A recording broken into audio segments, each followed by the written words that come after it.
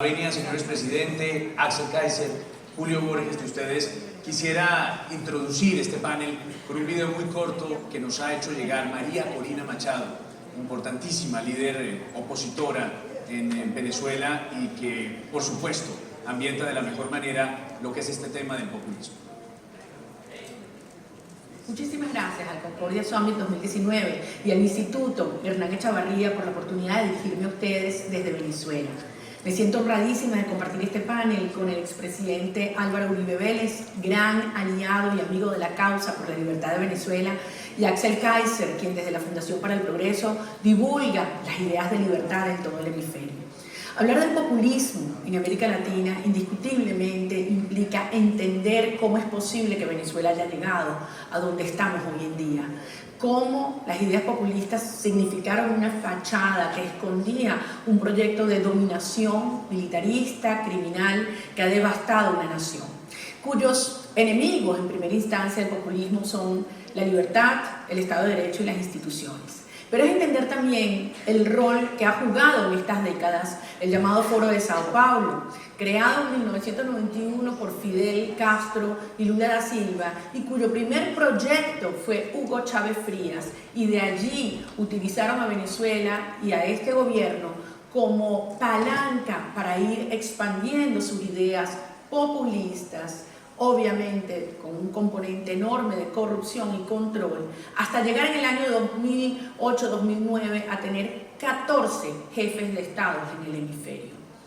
Hoy muchos pensarán que por el hecho de que algunos de estos gobiernos o proyectos han sido derrotados, ya no existe una amenaza para el hemisferio, y es precisamente todo lo contrario. Venezuela representa hoy la palanca, el punto que busca expandir este proyecto, cuya próxima víctima aspira a que sea Colombia y siga atacando al resto del hemisferio. Ahora, para derrotar un régimen, un sistema de esta naturaleza, el punto de partida tiene que ser una caracterización correcta. Obviamente no estamos hablando de una dictadura convencional, ni siquiera de un narcoestado con apoyo cubano. Debemos entender que lo que se ha configurado en Venezuela, la llamada revolución, es un sistema que tiene por detrás a todas las fuerzas criminales del planeta, desde el narcotráfico, la guerrilla del ELN y la FARC, pasando por las redes de contrabando de minerales, combustible y desde luego el terrorismo islámico. Aquí en Venezuela, detrás de este sistema criminal, se mezclan intereses de orden ideológico, económico, financiero, cultural y desde luego geopolítico. Todos los mecanismos los hemos intentado para derrotar este régimen, y ha quedado claro que lo que se ha instaurado es este Estado criminal que ha provocado una guerra no convencional en Venezuela, porque en nuestro país existe un conflicto de orden transnacional y carácter criminal, y como tal debemos abordar un conflicto. Algo de lo que nos decía María Corina Machado, que esperamos además que en la próxima cumbre de Concordia pueda estar física y presencialmente, ojalá con la voz triunfante de haber salido de esa tragedia, de esa pesadilla que ha significado el régimen primero de Hugo Chávez y después de Nicolás Maduro. Gracias a María Corina, y creo que desde aquí vale la pena un aplauso para ella.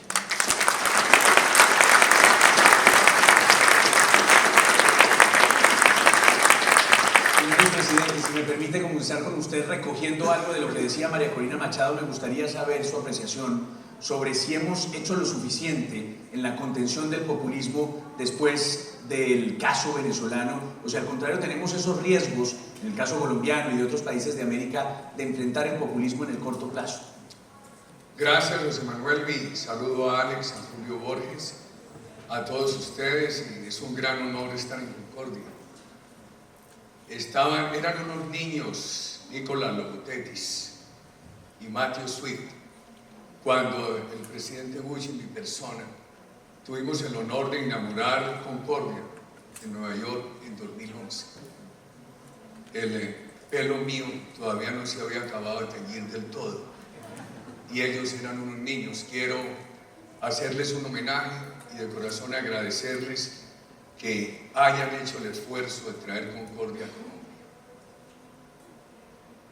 hay que mirar, José Manuel, realidad en América Latina. ¿Qué pasó en América Latina en pobreza? Entre el año 2000 y el 2018, la pobreza en América Latina ha bajado del 44 al 26. Lleva 4 años estancada. Eso es germen. América Latina subió la clase media del 20 al 34. Pero, por ejemplo, en Argentina, donde había llegado al 54, ha venido reduciéndose la clase media. Tenemos 140 millones de personas próximos a llegar a la edad de retiro que no van a tener pensión. Y el desempleo de los jóvenes en un continente de casi 600 millones de habitantes, con 28 años en edad promedio, el desempleo juvenil es del 17-18%. Venezuela. Cuando la pobreza en América Latina estaba en el 40-44, en Venezuela estaba en el 26, hoy está en el 86. Cuando empieza la era Chávez, Venezuela había superado ese fenómeno tan crítico de la corrupción. Habían tenido el gobierno de don Ramón de J. Velázquez y el segundo gobierno del presidente Caldera. El establecimiento democrático de Venezuela fue engañado en el 98 por Chávez y cayeron en el engaño. Y entonces destruyen los valores democráticos, la seguridad, la inversión, la cohesión social, la institucionalidad, el derecho a la libre opinión. Que sí, uno ve, por ejemplo, es bueno detenernos en seguridad. Cuando Colombia tenía 28.000 asesinatos, Venezuela tenía 4.000, con 20 millones de habitantes menos. Cuando Colombia baja a 14.000, Venezuela sube a 24.000. Cuando Colombia tenía 3.000 secuestros, Venezuela reportaba 60. El último reporte que se conoció fue de 1.600 denuncias. Hoy no se sabe. Han destruido todo. ¿Qué sigue? Un gran esfuerzo diplomático del presidente Duque. Yo recuerdo cuando se hizo en América Latina el esfuerzo diplomático contra Castro, que lo lideraron los expresidentes Alberto Lleras de Colombia y Rómulo Betancourt de Venezuela. No fue tan grande ni tan sostenido como este esfuerzo. Hay que tener paciencia, darle tiempo al grupo de Lima. Las sanciones económicas. ¿Qué me preocupa a mí? Que no se resuelva rápidamente el tema y las sanciones económicas terminen no por acabar de demoler al régimen de Maduro, sino por causarle más sufrimiento al pueblo de Venezuela. La intervención, déjelo para lo último. El tema mexicano es bien importante y hay que pensar en todos estos países. México sufrió el hartazgo, como ellos mismos lo definen. Hasta ahora no aparecen síntomas de destrucción democrática. Lo único que le señalan al presidente López Obrador en estos meses es que por un decreto suspendió una reforma que ordenaba la evaluación del profesorado. Él dice que va a resolver problemas de pobreza, dar pensión universal con crecimiento económico y con derrota de la corrupción. Dice, ahorros de corrupción más crecimiento del 4 tienen que financiar esta política social. Tiene una tasa tributaria muy aceptable, muy competitiva, el 30% de impuesto corporativo, un 16% de IVA. ¿Qué sigue en México? Hay un gran esfuerzo de austeridad de él. En algunos casos puede crear problemas de ineficiencia en el Estado, por ejemplo, sus desplazamientos. Y en otros casos, unos riesgos innecesarios en tema de seguridad. ¿Hay problema con eso? Sí. Yo diría que ahí dejaría por ahora Pero me parece interesante. ¿Usted no se atrevería a calificar a López Obrador como populista? Todavía no. Interesante. ¿Qué piensa sobre este tema, Julio, a propósito de este tema de México, pero además desde la experiencia de Venezuela, cuáles serían esos elementos y esas alertas tempranas que debería haber el resto de América Latina de señales de populismo? Y muy interesante lo que ha dicho el expresidente Uribe, no ve todavía a López Obrador como un régimen populista. Claro.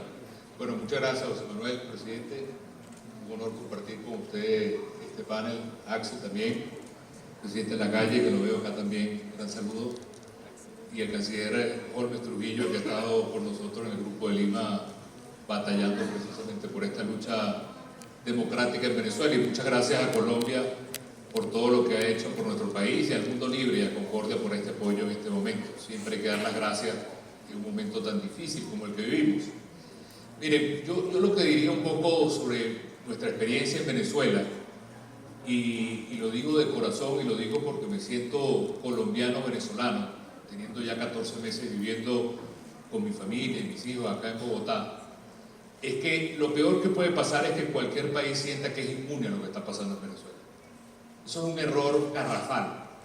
Y a veces me encuentro en distintos escenarios de aquí en Colombia, gente que dice eso nunca va a pasar aquí en Colombia, Julio. Nosotros pensábamos lo mismo. Como bien decía el presidente Uribe, en la década de los 80 la pobreza en Venezuela era apenas del 23%. Hoy la pobreza traspasa más del 80%. Y en aquella época también, como dice muy bien el presidente Uribe, el número de asesinados por la violencia eran menos de 2.000. El año pasado, como bien él dijo, superamos la cifra de 24.000.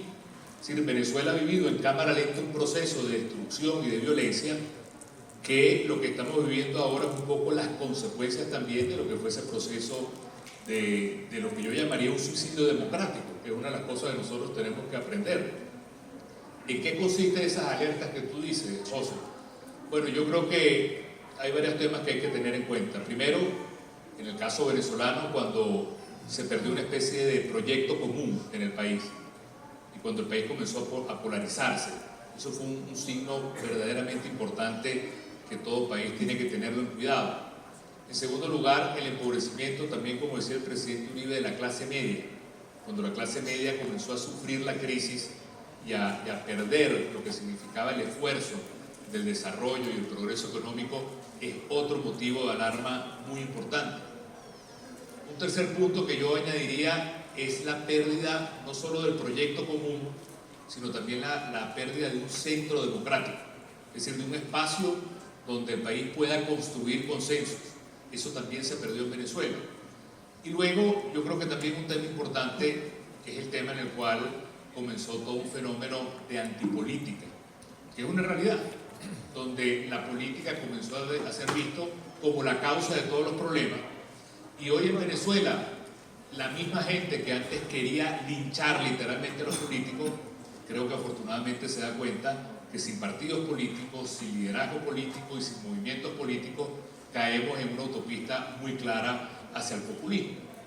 Si el señor López Obrador o no es populista, yo la verdad es que lo veo y, como dicen, camina como pato, huele a pato, tiene cola de pato, pero quizás es muy temprano para ser condescendiente, como dice el presidente Uribe, y no ponerle la etiqueta.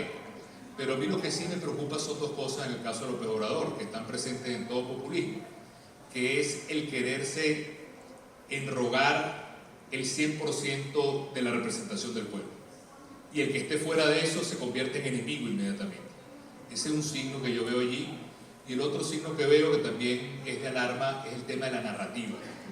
Los populistas vienen a desmantelar el discurso histórico de las sociedades, a desmantelar los códigos comunes y comenzar a dividir la sociedad con una nueva historia, con unos nuevos buenos y malos, con unos nuevos amor-odio, y al final se convierte en una especie de retórica que es antidemocrática y antiplural en nombre de una moralidad, en nombre de unos ideales que terminan yendo casi siempre contra el pueblo. Julio, antes de darle la palabra a Axel, ustedes han dicho que el populismo ciertamente llega con unos discursos seductores, que se aprovecha obviamente de una fragilidad de cultura política en los países para hacer de las suyas, pero ¿no será momento también de reconocer y aceptar que es la propia debilidad institucional, republicana, la que hace que los populismos surjan. Es decir, no es momento también de revisar el funcionamiento de los partidos políticos tradicionales y de aceptar y reconocer que precisamente como consecuencia de esas embarradas, como diríamos aquí en Colombia, de esos políticos, nace y crece el populismo en naciones como la venezolana, pero también en otros países de América donde se ha instalado el discurso populista. Bueno, yo te diría que yo no sé hasta qué punto el populista encuentra el sistema inmunológico débil de un país y lo aprovecha, o hasta qué punto los pueblos buscan un populista en los últimos años. Es un gusto estar con Tulio, con el presidente Uribe, con María Corina, así que a Concordia, al Instituto de Ciencia Política acá en Colombia, le agradezco por hacer esto posible. Mira, yo diría que los empresarios son los principales responsables de los desastres de nuestro país. Eso es lo que yo les voy a decir, y se lo voy a decir y voy a fundamentar por qué. Porque tenemos, no todos, no quiero meterlos a todos en el mismo saco porque sería injusto. Tenemos un continente con una tradición intelectual en que la izquierda, en que visiones que son anti-élite y anti-mercado predominan desde el siglo XIX en adelante. Tú leas Juan Bautista Alberdi, mediados del siglo XIX, y tiene un artículo interesantísimo sobre la omnipotencia del Estado, de cómo los latinoamericanos, comparándonos con los norteamericanos, ¿cierto?, tenemos esta creencia de depender del Estado, y en fin. Lo mismo decía Francisco Miranda, lo mismo decían muchos otros, que miraban el norte y comparaban su cultura con la nuestra. El problema de América Latina es un problema cultural, es un problema que no se va a resolver mientras la hegemonía cultural la ejerzan ideólogos que están en contra del sistema de la democracia representativa, con Estado de Derecho y con mercados abiertos. Y gran parte de quienes les han hecho el juego, y Venezuela es un ejemplo de esto, no nos equivoquemos, también hubo un sector importante del empresariado que intentó abuenarse con el régimen de Chávez en principio. Lo sabemos, los empresarios. Déjenme decir por qué creo yo que los empresarios tienen una responsabilidad que va más allá de simplemente crear riqueza, que ya es una gran labor, sin la cual no habría empleo, no habría prosperidad. Cuando tú perteneces a la élite de un país, tú tienes una responsabilidad que también es pública. Y esto los norteamericanos y muchos europeos lo entienden muy bien. No basta con refugiarte en el mundo privado, hacer bien tus negocios, incluso si los haces de manera honesta, que es el ideal y que muchas veces no se cumple en América Latina. No basta con eso. Tú tienes que preocuparte del mundo público, de lo que está discutiéndose, lo que se está diciendo, lo que se está transmitiendo.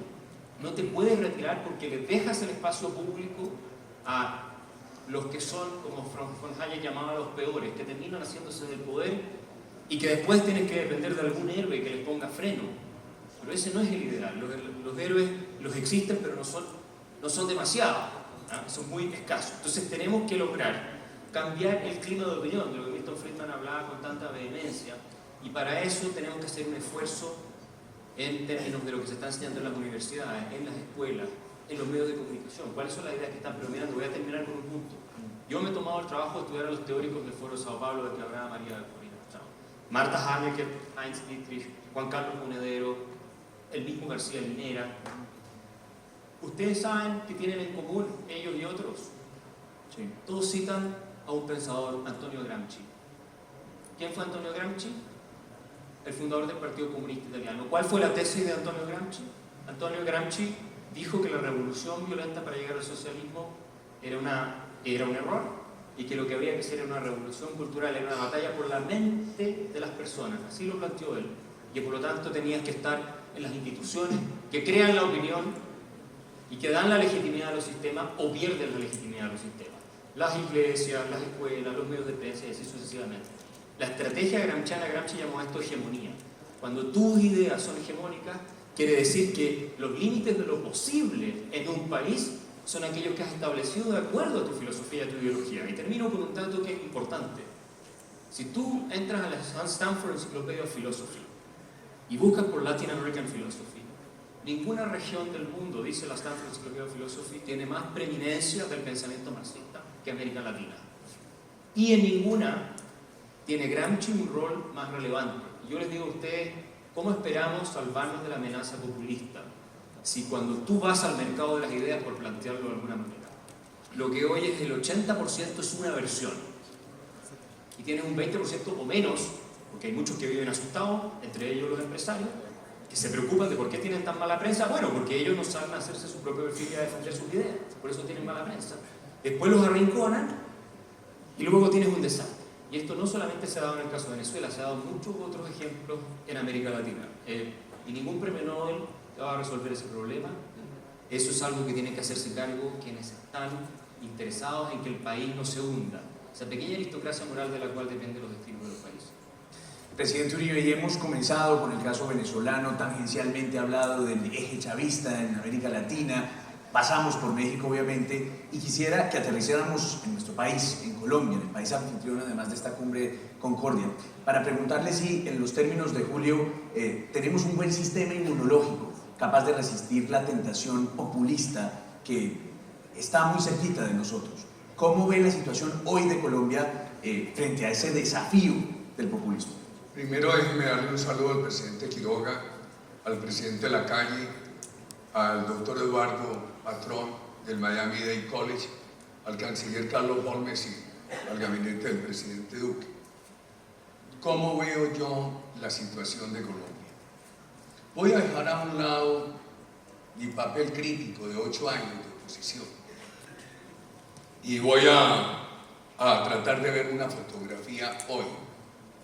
El discurso que le escuchamos esta mañana al presidente Duque, que expresa su plan de desarrollo, es un discurso que estimula mucho hacia el mediano y largo plazo. Yo creo que el gobierno tiene todo para ser muy exitoso en el mediano y largo plazo. Mire lo que está haciendo en materia de seguridad, su compromiso contra el narcotráfico, la reducción de impuestos, la confianza en inversión, todas las metas de política social. El problema que veo es por las tensiones sociales en el corto plazo, producto de herencias que no quiero entrar a examinar. Entonces yo creo que el país va a tener un muy buen resultado en el mediano y largo plazo, y el presidente Duque tiene unas dificultades en el corto plazo. Él anunció esta mañana, ustedes oyeron, la dificultad con la Corte Constitucional. Tenía que rebajar impuestos. A Colombia la habían convertido en la cuarta economía del mundo con más impuestos. Por un lado, los sectores que hoy están afectados por problemas de diversa índole, todos le piden apoyo. Por el otro lado, las calificadoras de riesgo le dicen no puede gastar, le dicen cómo bajó impuestos, etcétera, etcétera. Entonces, yo confío que estas dificultades de corto plazo las puedan sortear, y tengo mucha confianza en el mediano y largo plazo en el gobierno del presidente Duque. Déjeme hacer una anotación. Sí. Con Axel, yo estoy plenamente de acuerdo en cómo ha perdurado el marxismo en América Latina. Hoy el discurso en muchas de las universidades latinoamericanas es el mismo de los años 70. Cuando no nos dejaban ver las posibilidades del Estado de Derecho, sino que nos obligaban a escoger entre el comunismo soviético, o el de Mao Zedong, o el de Ho Chi Minh, o el de la Revolución Cubana. Y Castro muy hábilmente entendió que en la época en que empezaban las redes sociales, si habían superado las dictaduras militares latinoamericanas, no era posible llegar al poder por la vía violenta. Entonces aconsejó perfectamente a Chávez, por la vía electoral, 2 puntos fundamentales: la lucha contra la corrupción y por la equidad, y enseguida no haga elecciones sino cuando usted las pueda controlar. Y le dio el otro consejo, el de la economía. Usted tiene que mantener 2 economías, una para los pobres, que usted la controla, y la otra destrúyala para que los opositores se tengan que ir del país. Y ya han salido del país. Esta mañana hablaban más de 3 millones de venezolanos. Y ese problema no es reciente. Examinando los libros que se han escrito sobre Venezuela en los últimos años, uno encuentra que el proceso castrista en Venezuela quiso empezar en 1959. A las pocas semanas de haber asumido Castro, visitó al presidente Rómulo Betancourt a exigirle petróleo. Por supuesto, el presidente le dijo que no, pero él siguió persistiendo, y cuando se discutía con él, a mí me tocó ser disidente. Entonces llegan mis opositores: Uribe tiene aislado a Colombia, porque yo no estaba con el grupo Chávez, Lula, Evo, Correa, ¿quién se me escapa? Los Kirchner, un tema bien importante para mirar, o Daniel Ortega. Entonces parecía que, yo creo que juzgarse es muy difícil, sobre todo cuando, ¿cómo va a juzgar yo con toda la controversia que sobre mí recae? Pero yo creo que fue bueno haber mantenido a Colombia aislada de ese proceso. Y Chávez alegaba que él podía destruir la empresa privada porque con el petróleo le era suficiente para tener un socialismo exitoso. Y decía, me lo dijo Fidel. Y destruyó la empresa privada y se quedó sin posibilidades de política social. Yo diría que hay una gran diferencia con Chile. La dictadura de Chile destruyó la democracia, pero destruyó la empresa privada. Por eso la transición en Chile fue relativamente más fácil de lo que puede ser en Venezuela. En Chile hubo que hacer una reconstrucción democrática, pero no una reconstrucción económica. Al contrario, en pocos años pudieron bajar la pobreza del 30 al 9%. Ahora están en un proceso de mejorar la equidad distributiva. Esa destrucción de la empresa privada en Venezuela va a causar todas las dificultades en el proceso de reconstrucción de Venezuela. El marxismo ha jugado un papel muy dañino, y yo sí quisiera dejar una reflexión. Hay que defender dos variables que tienen que ir de la mano: empresa privada y política social. Política social sin empresa privada dinámica en expansión no hay. Empresa privada sin política social profunda no se legitima, porque el discurso latinoamericano es muy dado a hablar del reparto y no de la inclusión, de la distribución y no de la creación de riqueza. Yo diría que ese discurso hay que revisarlo. Cuando uno ve lo que han sido, con esto termino, José Manuel, el proceso de evolución de la clase media en América Latina, encuentra que se ha venido consolidando su crecimiento, donde los países han tenido un crecimiento económico sostenido, y es muy volátil, donde los países han tenido un mejoramiento de la clase media por redistribución en épocas de bonanzas. O sea que lo que uno ve en América Latina consolida que se necesita una gran empresa privada de todos los tamaños, una gran política social y austeridad en el Estado. Pregúntele a Luis Alberto Lacalle qué pasa en Uruguay. 3 millones de habitantes, 300.000 empleados públicos, pero en los últimos años han destruido 47.000 empleos del sector privado. Argentina, en la época de la bonanza de Kirchner, ellos mejoraron la situación social, aumentaron clase media unos años, disminuyeron pobreza sobre subsidios. Macri llegó, estuvo en su prestigio, pero si llega un presidente con prestigio, a los 6 meses no hace reforma, el prestigio no le es suficiente. Mire la dificultad de Argentina para hablar de la necesidad de austeridad de estos países. 42 millones de habitantes, el Estado expide 21 millones de cheques al mes, 3 millones de empleados públicos, más los subsidiados, más los pensionados. Nadie quiere emprender en el sector privado, todos quieren ser empleados del Estado, donde además son hoy mejor remunerados. Esos son problemas estructurales que yo no sé cómo va a vencer América Latina. Gracias, presidente. Dos intervenciones finales de Julio, de Axel. Julio, le quiero repetir exactamente la misma pregunta al presidente Uribe, porque me parece que usted tiene ahí una tesis interesante. ¿Está Colombia blindada frente al populismo hoy? Bueno, es un compromiso obviamente, José. Yo creo, repito, que ningún país puede pensar que es inmune a este tema. Siento que, especialmente en el caso de Colombia, me preocupa y me duele que el problema venezolano a veces hay signos o síntomas que parecieran los más visibles, pero no son los más preocupantes. Por ejemplo, el tema de la migración, que es muy doloroso lo que estamos viendo. Pero ciertamente hay un proyecto que está por debajo, que tiene que ver con cómo destruir la democracia en Colombia, cómo destruir la gobernabilidad en Colombia, y eso es un proyecto muy bien calculado. Y eso está sucediendo por un proyecto que pasa por Caracas y La Habana.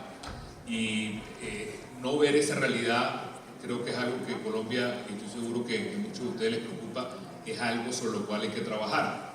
Como venezolano siento que el cambio va a venir y que por lo tanto Colombia va a unir su destino. Como dicen, no somos países hermanos, somos países siameses, y por lo tanto estoy seguro que nosotros vamos a poder lograr tener una Colombia fuerte que va a ayudar a reconstruir a Venezuela. Ese es nuestro gran sueño, y por lo tanto la amenaza está, pero Venezuela va a poder lograr un cambio que también va a ayudar a que Colombia pueda crecer, no solo económicamente, sino crecer toda la región democráticamente. Yo repito de manera incesante que el tema venezolano no es un tema solo venezolano. La caída de Maduro es la caída del muro de Berlín 30 años después en América Latina. Iba a ser la caída de Cuba, iba a ser la caída de Nicaragua, iba a abrir un nuevo capítulo verdaderamente estelar en nuestra historia, y juntos lo vamos a construir. Y apostamos porque así sea. Y la última, Axel, hablamos mucho de populismos de izquierda, como si no existieran populismos de derecha o como si fueran menos graves los populismos de derecha. Y allí quisiera preguntarle por esa percepción que existe y si usted encasillaría dentro de los populismos de derecha en América el gobierno del presidente Trump y el de Bolsonaro en Brasil. ¿Sabes lo que ocurre? Que América Latina, especialmente en los últimos 20 años, ha sido asolada y completamente devastada por los populismos de izquierda. Entonces, claro, ahora aparecen señales que uno podría interpretar como parte retórica de populismo de derecha, y efectivamente en el caso de Trump hay elementos claramente que a mí me parecen de populismo de derecha, pero en la región latinoamericana realmente creemos que la amenaza para la libertad y el bienestar de las personas viene de populismo de derecha. Uno podría, se suele poner el caso de Brasil. Resulta que la agenda económica que tiene el presidente Bolsonaro es muy necesaria para resolver los problemas que tiene Brasil, que es un estado elefantiásico completamente metastaseado, corrupto, que hay que resolver y hay que arreglar, con un sistema de pensiones que tiene una bomba de tiempo y así sucesivamente. Ahora sí ha dicho cosas que uno puede encontrar francamente desafortunadas, no hay nada que decir, pero hay que darle un poco más de tiempo también a ver qué es lo que pasa. Ahora déjame decirte una cosa, por la tradición cultural, esto es lo que yo he tratado de transmitir en toda América Latina, porque es lo que también he aprendido en Europa y en otras partes. Lo que hace que nuestros países fracasen o tengan éxito es la mentalidad, es nuestra mentalidad. No son los pozos petroleros, no son, qué sé yo, el tipo de relaciones internacionales que también incide, es sobre todo nuestra mentalidad. Si tenemos la mentalidad extractiva, rentista, la mentalidad de que el gobierno se hace cargo de la gente, en lugar de, como dice el presidente Uribe, de que la empresa privada asume el rol principal, de que la gente se pare sobre sus propios pies, etc., vamos a correr el riesgo una y otra vez de que en cada elección el país se nos va por el despeñadero. Vamos a estar asustados cada vez que se acercan las elecciones, vamos a estar completamente petrificados por lo que puede pasar y todo el mundo va a estar viendo dónde se puede ir a vivir. Y eso pasa en la mayoría de los países de América Latina. Si no creen, vayan a Argentina a preguntar cómo están ahora.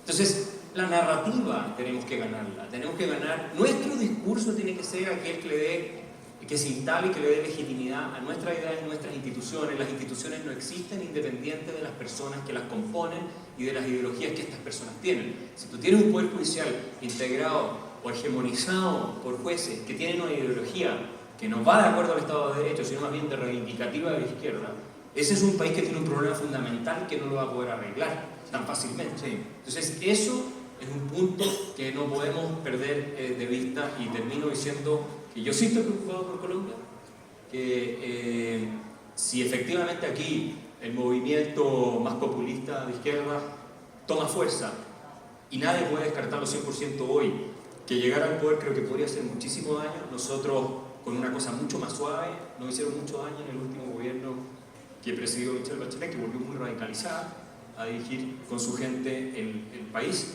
Por lo tanto, yo sería muy cauto y llamaría a todos los que quieren preservar lo bueno y mejorar lo que hay que mejorar, a preocuparse desde ya, partiendo por la clase empresarial, Sí. ¿cierto? Que el país no se les vaya por el mal camino. Axel, mil gracias. Unos últimos segundos del presidente Uribe, con la condición de que me conteste una cosa que me quedo, no me quedo con la tentación. Le de pago preguntar. primero la condición. Para ustedes, ¿son populistas Trump y Bolsonaro, presidente Uribe? A ver. Sí, no. Mire cómo fui de cauto con el tema mexicano. Sí, sí.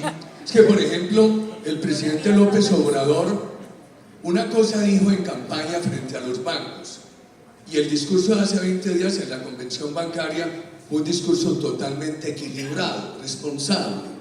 Entonces, cuando yo me entero de eso, yo no puedo llegar aquí y entonces, sí, Julio, en la economía mexicana hoy hay cautela, pero no ven síntomas de que vaya a haber una destrucción económica como la que hicieron en Venezuela. Con el mismo cuidado les tengo que hablar de los presidentes de Brasil y de Estados Unidos. Por ejemplo, el mundo tiene una dificultad por el problema tarifario Estados Unidos-China, Estados Unidos-India, Estados Unidos-Unión Europea, Estados Unidos-México.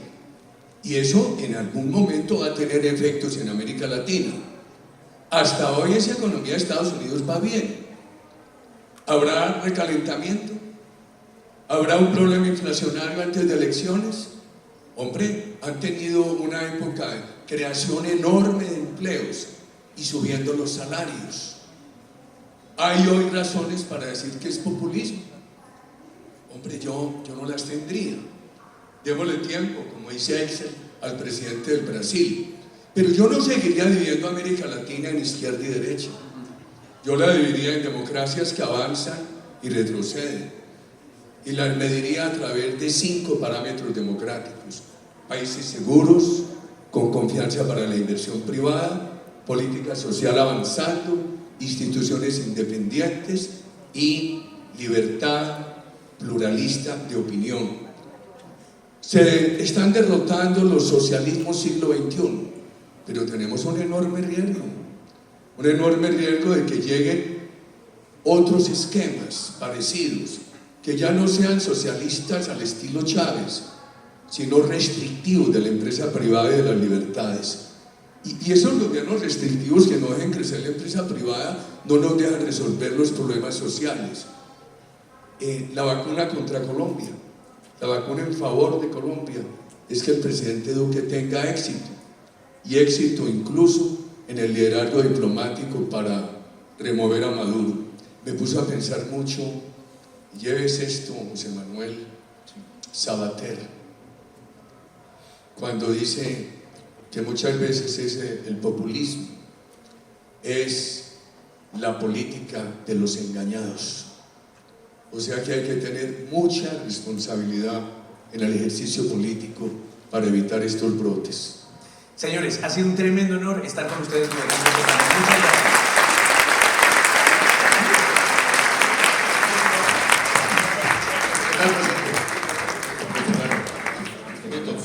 Thank you for attending the first day of the Concordia America Summit.